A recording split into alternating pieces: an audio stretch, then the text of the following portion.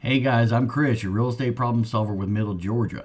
I've got news that's going to seriously impact your next home purchase, and missing out on this next step could end up costing you time and money. I'm talking about the Buyer's Brokerage Agreement.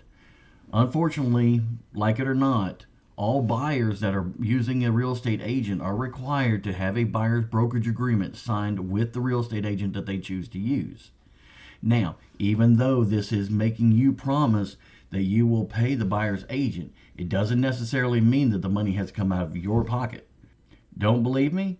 Watch this video as I go over the buyer's brokerage agreement with one of my Hawkinsville buyers and explain all the details of this buyer's brokerage agreement. This will give you an idea on what to expect when you meet with me to buy your next house.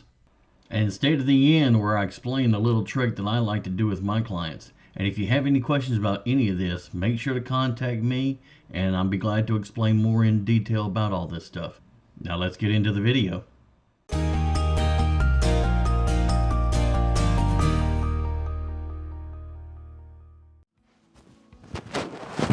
Alright, so to start with, now you called me this afternoon. We've already got the pre-approval taken care of. You've already got that in your hot little hands. And now let me ask you first, this house that you want, is that if we can't close the deal on that house, is there any other houses in the area that you'd be interested in making an offer on? Not at the current moment. Okay. All right. So with the, since I've already seen that house over there, have y'all seen it yet? No, not in person. Okay.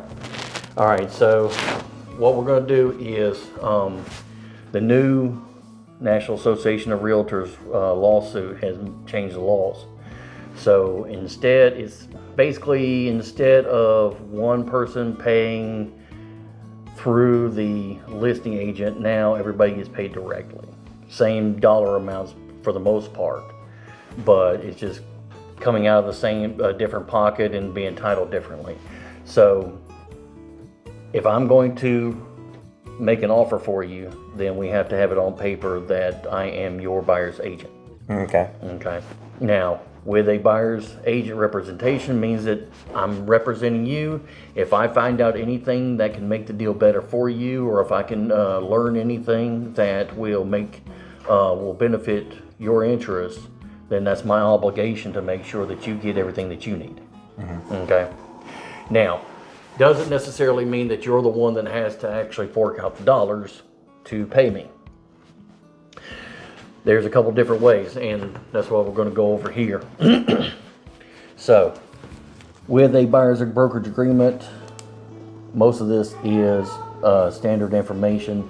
Now, we already know the house that we want. It's going to take probably 30 to 45 days. If we get it under contract this week, it's going to take 45 days to get to closing. The rest of this part right here, seller's agent, I'm not representing you as a seller's agent, and I'm not going to be a dual agent or a sub-agent. Basically what those are meaning is I'm kind of representing both sides against the middle, and I don't do that. Mm-hmm. Okay. The next part is going to be the compensation. Now they've changed this into 3 sections. One is compensation to the buyer's broker in a percentage, dollar amount, or another set amount.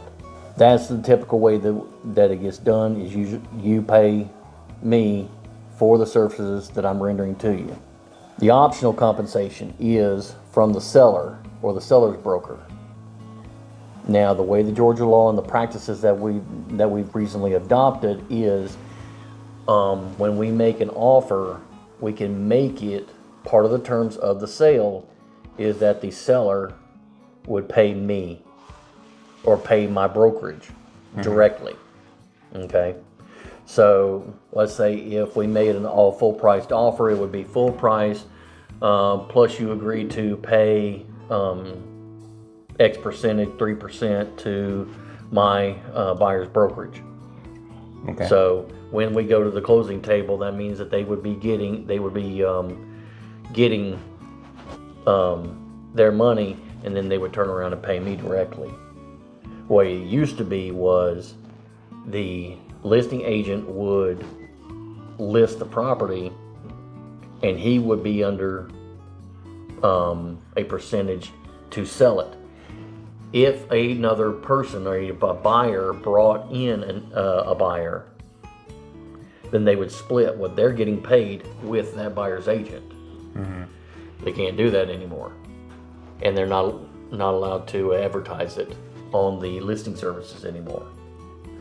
So what they've done as a workaround is, if you want the seller to pay the buyer's agent, then you just say so. Specifically, they've got to pay it. Don't go through the seller's agent.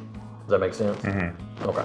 Because Alina and I talked about, like, oh, if we go with Chris, what'll happen is it'll split the 6% down the middle, and you'll get 3, and you'll get 3. Well, what you just said, that doesn't happen anymore. Right. Okay. Right. She didn't know that. Right. And that just came about in earlier this year. Okay. The settlement came out around June, so not a lot of people know about it, and that's why I'm kind of training everybody and briefing everybody on this. So I can still get it to where you don't have to pay for it directly. We just have to go through a little bit extra paperwork. Gotcha. Okay. 2024, yes, I'm left-handed. That puts me in my right mind. I wasn't going to say nothing. So everybody does. As soon as they realize that I'm left-handed, they're like, oh.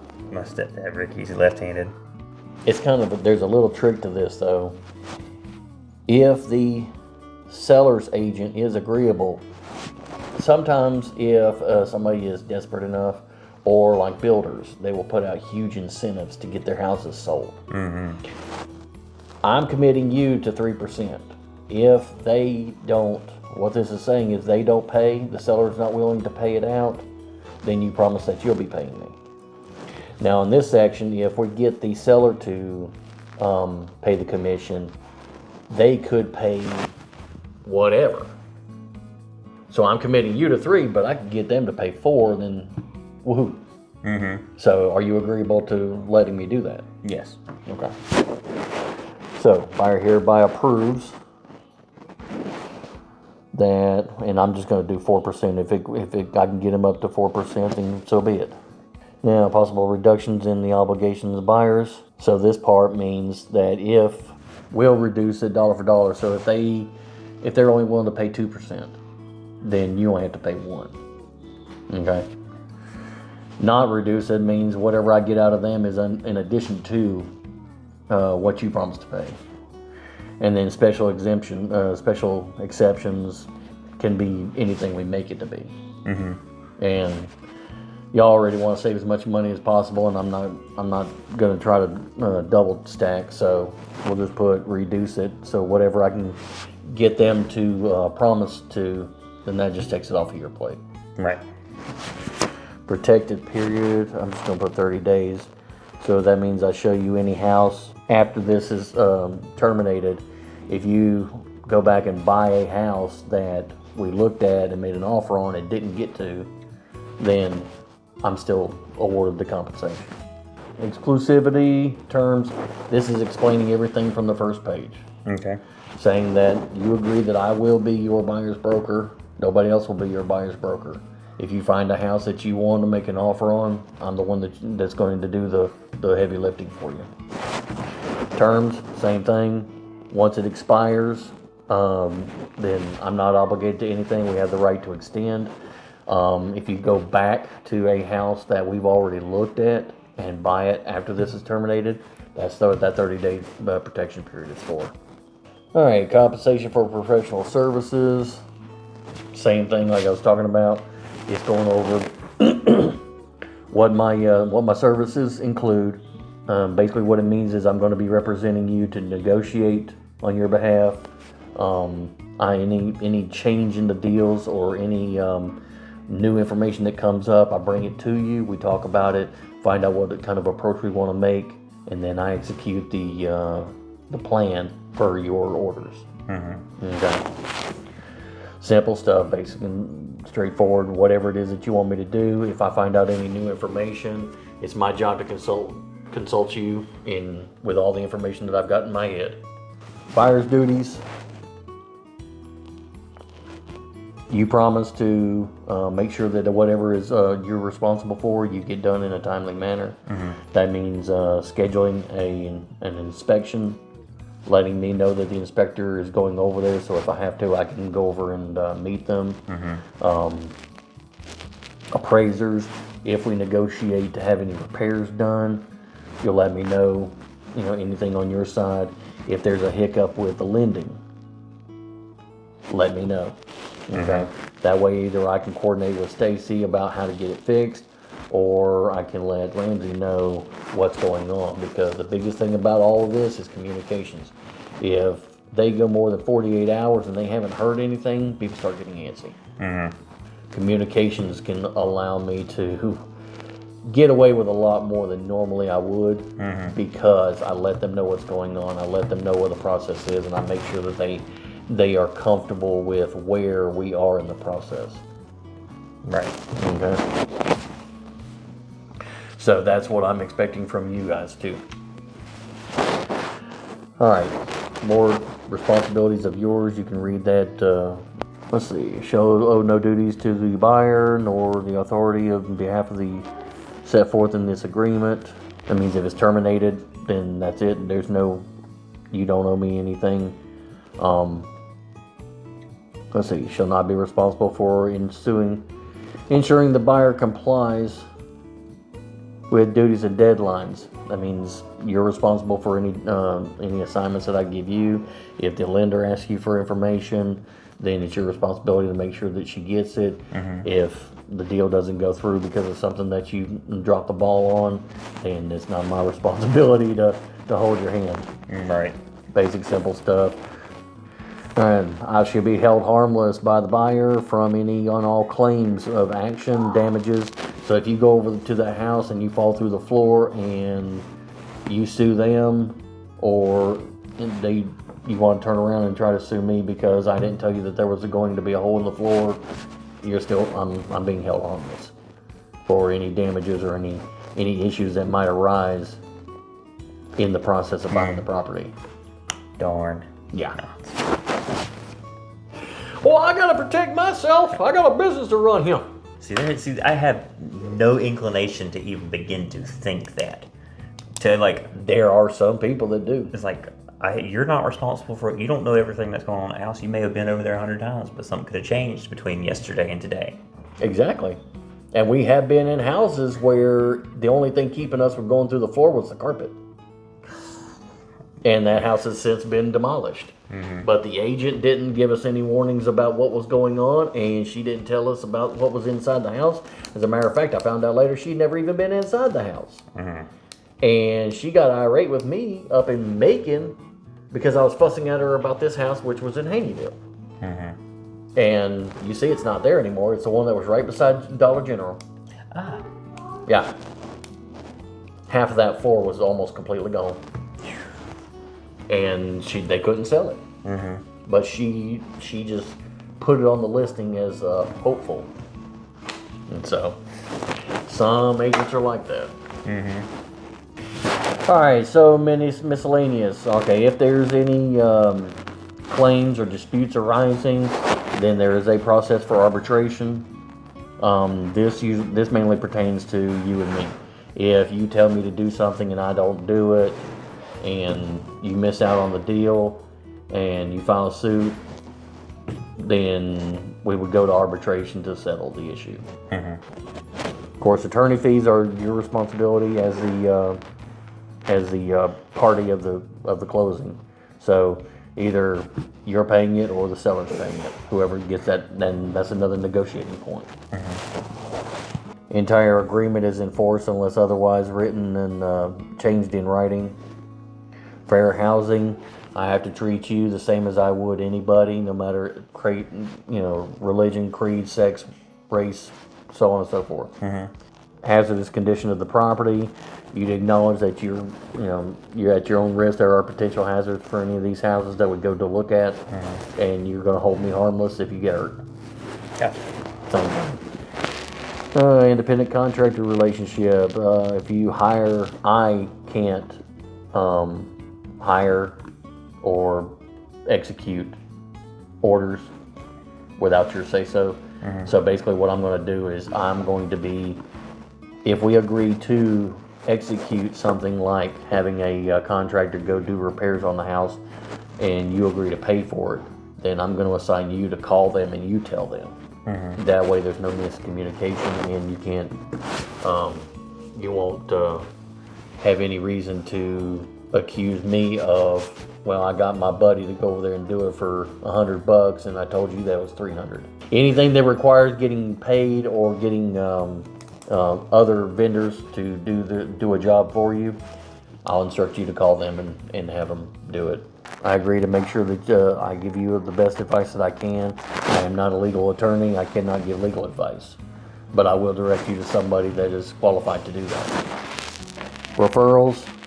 It says you promise to give me 10 referrals before the end of next year, and so I can make money off of you. It really does. That's what the words say. That's what I'm reading. So, buyer hereby authorizes broker or refer broker to another broker or licensee during relocation. Buyer acknowledges and agrees that the broker may receive a valuable consideration. So if you go to Travis and buy a house there, and I refer you to a agent, he's probably going to pay me. So just be aware. In case you go to flight training school at Travis and you stay there, you can buy a house. Now the important part is here on the last one. Since you have never bought a house before, you've got a lot of wide open options for lending.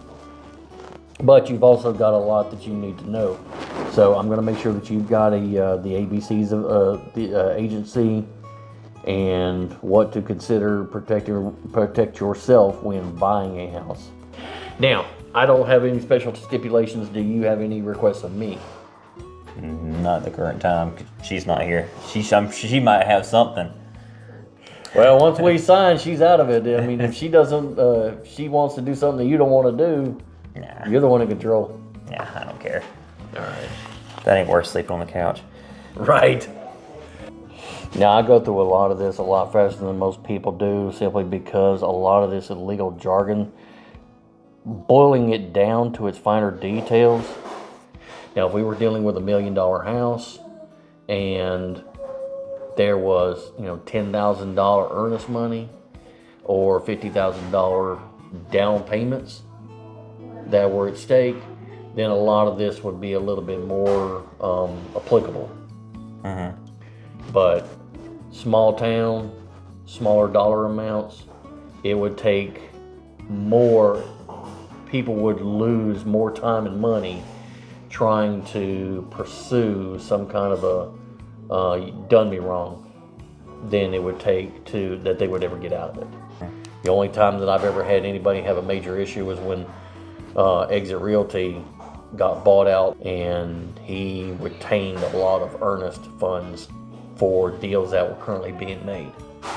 Well, we don't have to worry about that because any earnest monies that you put down on a house, I'm sending it to the closing attorney. Okay? Now that's a practice that I always like to do is whenever we have any kind of a deal going on, a lot of people will have the agent hold the earnest funds, either the buyer's agent or the seller's agent. And that's one thing that I wanted to brief to you was when we get a contract in writing and we put in the earnest money, what we're going to do is I'm going to send it to the closing attorney that we've agreed to use. And they're going to give us a receipt showing, acknowledging that they have that earnest money. That way you've got a third party holding on to the money. So while we piss and moan with the seller about what did or did not happen, the money's sitting over there. So once it gets settled up, then whoever the prevailing party goes to the closing attorney and gets it from them. But if it's a simple matter of we don't like the fact that they're not going to do the repairs, we're still in the due diligence period.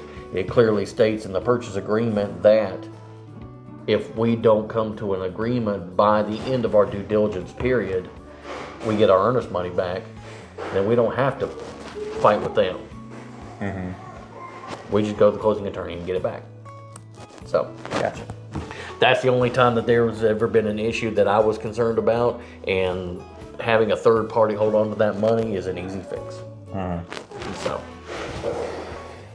Now, for more tips and tricks on buying a house, check out our playlist right here and go through and learn all you can before you buy your next house. I hope this video was helpful. And again, if you have any questions about real estate in the Middle Georgia area, make sure to reach out to me. My information is in the description below, and I'll talk to you on the next video.